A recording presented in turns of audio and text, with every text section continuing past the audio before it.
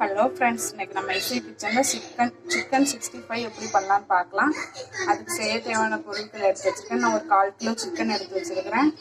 ஒரு 2 ஸ்பூன் அரிசி மாவு எடுத்து வச்சுருக்கிறேன்.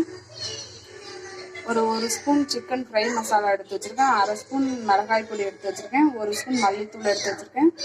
தேவையான அளவு உப்பு எடுத்து வச்சுருக்கிறேன். ஒரு 2 ஸ்பூன் தயிர் எடுத்து வச்சுருக்கிறேன். ஒரு 2 ஸ்பூன் இஞ்சி பூண்டு பேஸ்ட்டு, 2 ஸ்பூன் எண்ணெய். இப்போ எப்படி இது மிக்ஸ் பண்ணிக்கலாம்? ஃபஸ்ட்டு நான் எடுத்து வச்சுருக்க பொருளை போட்டுக்கிறேன். உங்களுக்கு தேவையான அளவு காரம் போட்டுக்கோங்க. 2 ஸ்பூன் தயிர் போட்டுக்கிறேன். 2 ஸ்பூன் இஞ்சி பூண்டு பேஸ்ட் போட்டுக்கிறேன். கொஞ்சமாக எண்ணெய் ஊற்றிக்கிறேன். இப்போ நல்லா மிக்ஸ் பண்ணிக்கலாம்.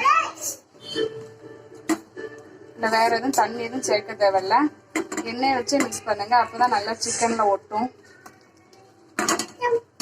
நம்ம சிக்கன் 65 மசாலா ரெடி ஆயிடுச்சு. இதில் நான் மஞ்சத்தூள்லாம் போட்டு நல்லா க்ளீன் பண்ணி வச்சுருக்கிறேன். அதை எடுத்து இதில் போட்டுக்கலாம். நல்லா மிக்ஸ் பண்ணிக்கோங்க.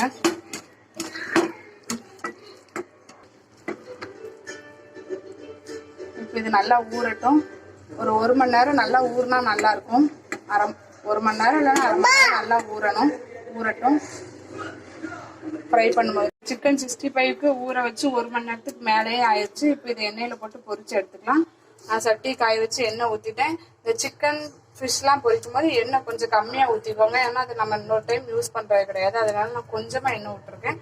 கொஞ்சமாக போட்டு எடுத்துக்கலாம். நல்லா எண்ணெய் காஞ்சிருச்சு, போட்டு எடுத்துக்கலாம்.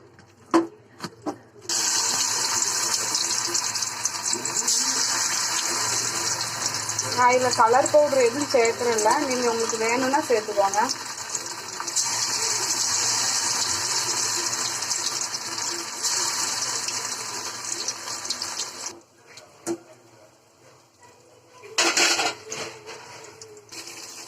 நல்லா திருப்பி வேக வச்சுக்கோங்க.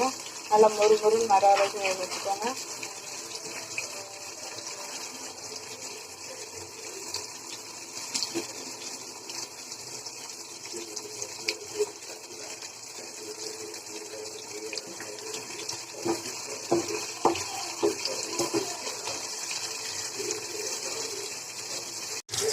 இப்போ நல்லா பொரிஞ்சிருச்சு. இதை எடுத்துக்கலாம்.